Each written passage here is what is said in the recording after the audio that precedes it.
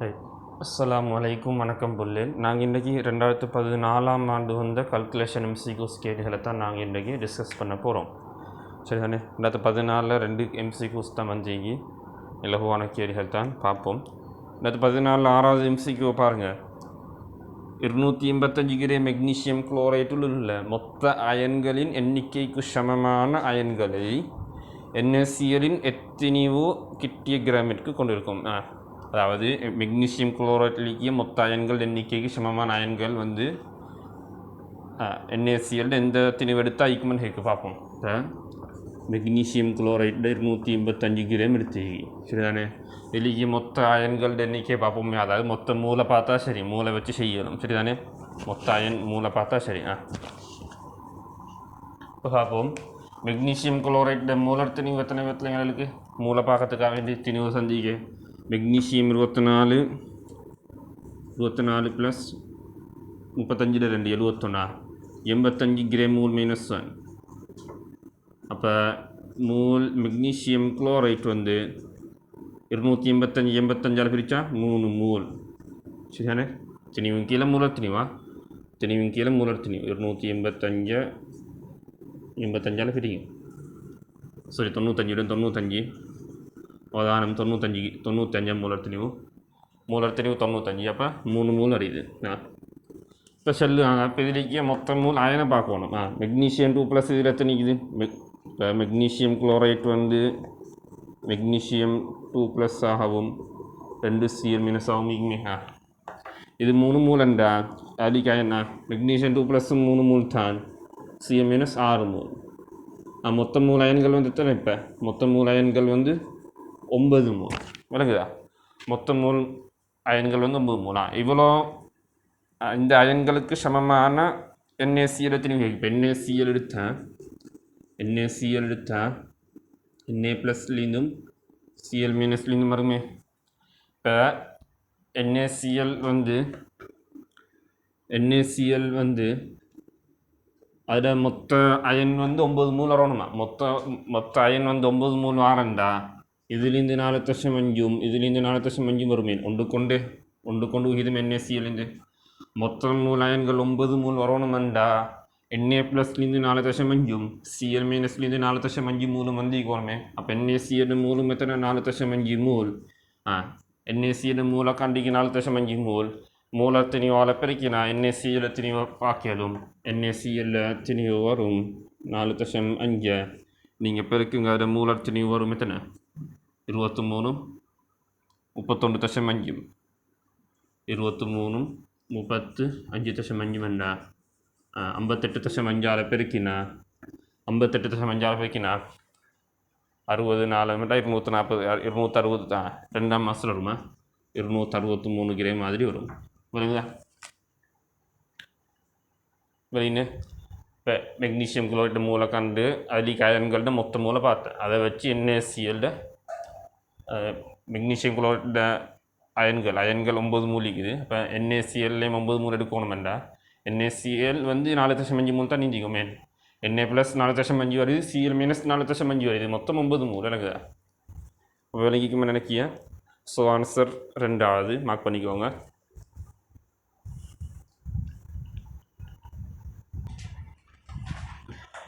ரெண்டாவது 13வது MCQ பாருங்கள். அடுத்தது அமோனியம் சல்ஃபேட்டின் 18% திணிவு வழி இருக்குதாமா.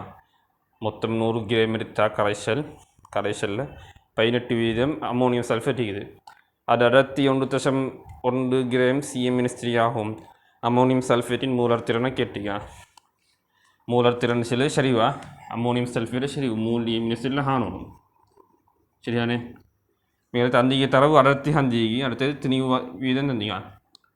இப்போ நாங்கள் அந்த அடர்த்தியை வச்சு இந்த சரிவாக எடுக்கணும். அடர்த்திகளுக்கு தந்திக்கு அந்த அமோனியம் சல்ஃபேட் 1 cm³ கரைசல் எடுத்தால் அதில் 1.1 கிராம் ஈக்குமாம். எது? அந்த கரைசல் 1 cm³ 1.1 கிராம் ஈக்குது. சரி, இப்போ cm³ dm³ மாற்றமே. dm³ அளவு சரி, ஒரு அளவு மூல் Dm-3. ஒரு dm³ எத்தனையோ பார்ப்போம். ஒரு dm³ வந்து 1100 கிராம் ஈக்குமே சரிதானே? ஒரு cm³ 1.1 ஒரு டெசிமீட்டர் க்யூப்பில் 1100 கிராம் இருக்கும். விளங்குதா? சென்டிமீட்டர் க்யூப் அந்த சென்டிமீட்டர் க்யூப் சிறிஷே, டெசிமீட்டர் க்யூப் பெரிஷே. விளங்குதா? ரைட். அப்போ 1100 கிராம் இருக்கும். இப்போ அதுலேயே இப்போ அம்மோனியம் சல்ஃபேட் மூலத்தினையுமே அம்மோனியம் சல்ஃபேட் வந்து தூய வழியை பார்த்தா சரி 100 கிராம் அம்மோனியம் சல்ஃபேட் எடுத்தால் அதில் 18 வந்து அம்மோனியம் சல்ஃபேட் ஈக்குமாம். 100 கிராம் கரைசல் எடுத்தால் அதில் 18 வந்து அம்மோனியம் சல்ஃபேட் ஈக்குமாம். இப்போ வந்து மொத்த திணிவு வந்து 1100 பல திணிவு வருது தூய வழி திணிவு 18 தர 11 கிராம். இப்போ திணிவு சரி அம்மோனியம் சல்ஃபேட் மூலர் திணிவால் பிரித்தா மூல் வரும். ஒரு டெசிமீட்டர் க்யூபிக்கு மூல் தானே அதுதான் சரிவு. இப்போ இதில் திணிவை மூலர் திணிவால் பிரிங்க. மூலர் திணிவால் பிரித்தா அம்மோனியம் சல்ஃபேட் மூலர் திணிவு வரும் முறைகளுக்கு கணிங்க. சரிதானே? நைட்ரஜனில் 2 28, ஹைட்ரஜன் 8, சல்ஃபருக்கு 32, இதுக்கு 64,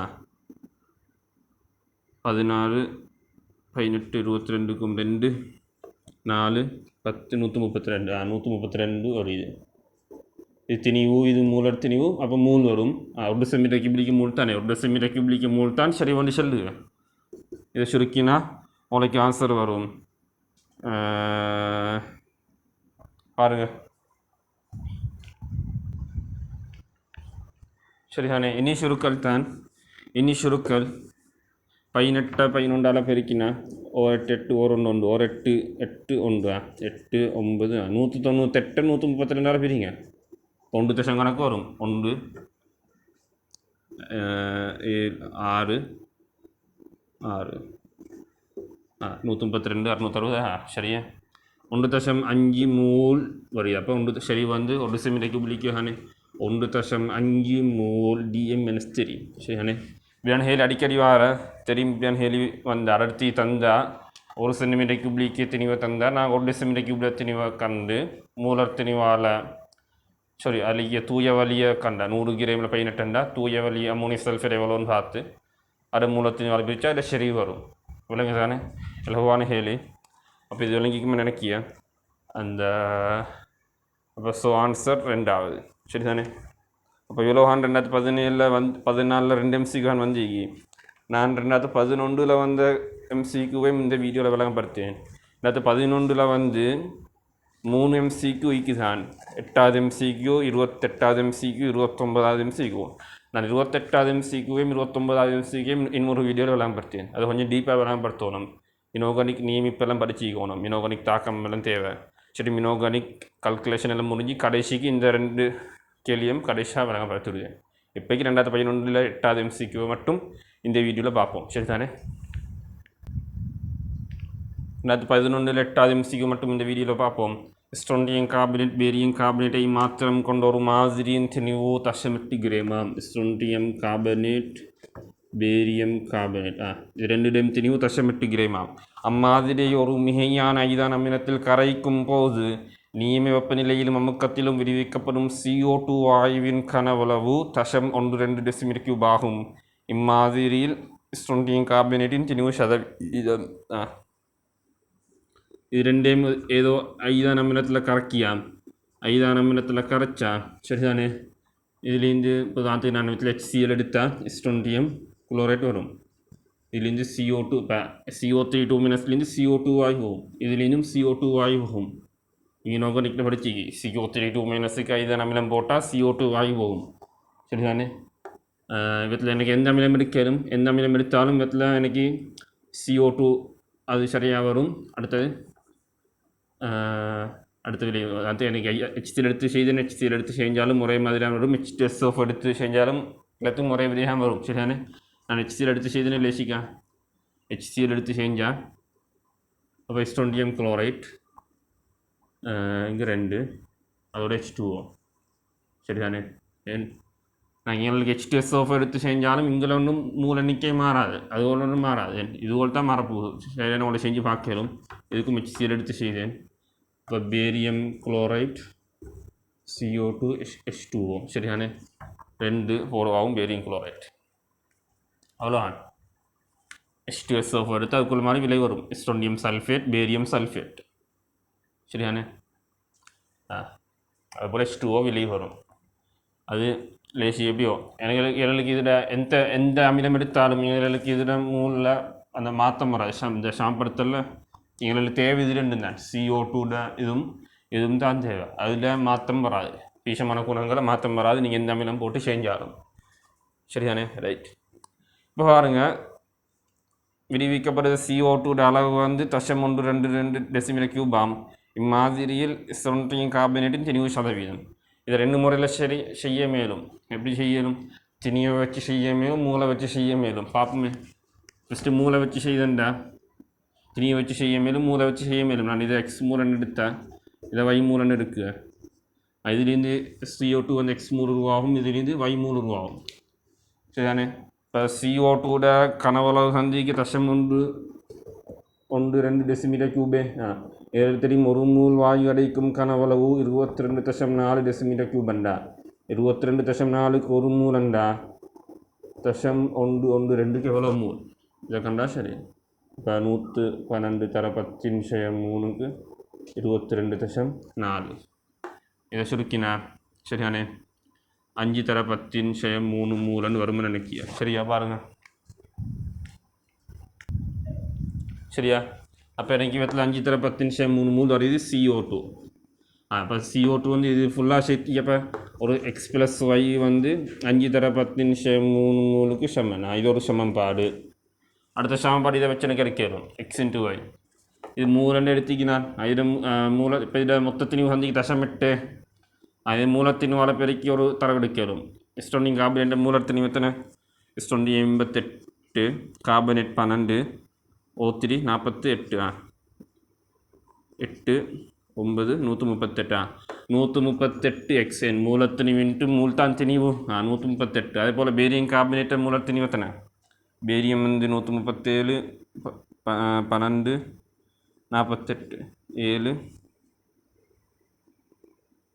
4 5 9 197 Y அது வந்து சமன் மொத்தத்தினையும் 0.8க்கு இது 2வது சமன்பாடு இந்த 2 சமன்பாடையும் சுருக்கி உங்களுக்கு எக்ஸா கண்டா எக்ஸ்ட மூலம் வரும் அதாவது மூலத்தின் வாழை பெருக்கி எக்ஸ்ட திணிவு வருமே சரிதானே அதுபோல் வயல் திணிவும் எடுக்கணும் இந்த சாம்பாரை சுருக்கி எப்படி சரி உங்களுக்கு இந்த 2 சாம்பாரையும் சுருக்கி சாரி எக்ஸ்ட திணிவை கண்டா அவள் மொத்த திணிவு சரி மொத்த திணிவு 0.8 சரி எக்ஸ்ட திணிவை கண்டா தர 100ஆல் பெருக்கினா 90% வரும் இல்லைங்களா இது இனி சுருக்கால் தான் ஒடுக்குமே சமன்பாடு இதை சுருக்கி நீங்கள் எக்ஸ்ட்ரா காணுங்க எக்ஸ் வந்து மூளை அது மூலத்தின் வாழை பெருக்கினா எக்ஸ்ட திணிவு வருமே மொத்த திணிவு 0.8 அதில் எக்ஸ்ட்ரா திணிவை மீது போட்டு தர 100ஆல் பெருக்கினா 90% வரும் இது நான் செஞ்ச எக்ஸை மூலன்னு எடுத்து எனக்கு எக்ஸை திணிவன் எடுத்து செய்ய மேலுமா இதுவரை வரைங்கின பேசிக்ஸ் என்ன இனி சுருக்கல் இதை சுருக்குங்க ஒடுக்குமே சமன்பாடை சுருக்குங்க முதலாவது சாம்பார் 197ஆல் பெருக்கி இல்லாட்டி 137 பெருக்கி எப்படி சரி 197ஆல் பெருக்குங்க முதலாவது சாம்பார் 197ஆல் பெருக்கி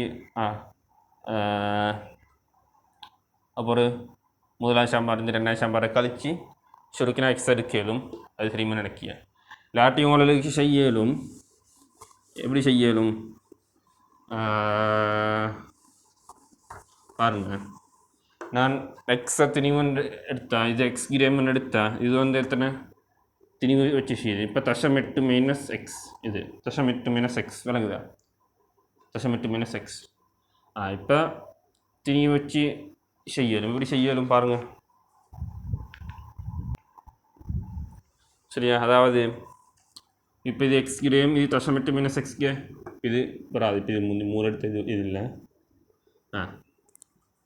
இது எக்ஸ் இப்போ எனக்கு தெரியும் இதில் மூலத்திணிவு கண்டே 138 இதில் மூலத்தின் 197 எக்ஸும் கீழே 138 திணிவும் கீழே மூலத்திணிவு அதே போல் இது வந்து பேரியம் கார்பனேட் 0.8 எக்ஸும் கீழே 197 மூலத்திணிவு இந்த எக்ஸும் கீழே 138 மூளை இப்போ இது மூளை திணிவும் கீழே மூலத்திணிவு எக்ஸும் கீழே 138 ஸ்ட்ரோண்டியம் கார்பனேட் இந்த மூல் அதிலிருந்து CO2 உருவாகுவதும் எக்ஸும் கீழே 138 என் ஒன்று கொண்டு விகிதமே இது எக்ஸும் கீழே 138னா CO2 உருவாகுவதும் எக்ஸும் கீழே 138 பேரியம் கார்பனேட் வந்து 0.8 எக்ஸ்ண்டா அதிலிருந்து உருவாகுவது CO2வும் 0.8 எக்ஸ் கீழே 197 இதில் மூல் வந்து 0.8 எக்ஸும் கீழே 197 அதில் மூலத்திணிவு ഇതിൻ്റെ മൂൽ ഇത് രണ്ടാ അതിന് ഇത് ഉருவாகுது CO2 மூலம் இதுதானே எனக்கு தெரியும் CO2 மொத்த மூல் வந்து 5 தர 10 நிமிஷம் 3 சரியானே இது ரெண்டும் கூட்டி வருது இது ஸ்டோனிங் கார்பனேட்லேருந்து உருவாகின CO2 மூல் பேரிங் கார்பனேட் உருவாகின CO2 மூல் இது மொத்த மூல் நான் கண்டேன் முந்தி 5 தர 10 நிமிஷம் 3 வந்து வணங்குதா இனி இதை சுருக்கி எக்ஸை கண்டா எக்ஸில் திணிவு வரையுது எக்ஸை நான் இப்போ திணிவன் எடுத்தீங்க மொத்த திணிவு தசம் 8 எக்ஸ்ட்ரா திணிவு மீது போட்டு தர 100ஆல் பெருக்கினா திணிவு சதவீதம் வருது 70 அண்ணன் வரும் 70 வரும் 3வது ஆன்சர் விலகி மன்னிக்கிய ஐடியாவை தந்திக்கு சுருக்கி பாருங்கள் இலகுவான கேள்விங்க அப்போ விலகி மன்னிக்கிய வீடியோ பார்த்துட்டு உங்களோட கமெண்ட்டை பதிவிடுங்க இன்ஷா அல்லாஹ் அடுத்த வீடியோவில் சந்திப்போம் அஸ்ஸலாமு அலைக்கும் வரஹ்மத்துல்லாஹி வபரகாத்துஹு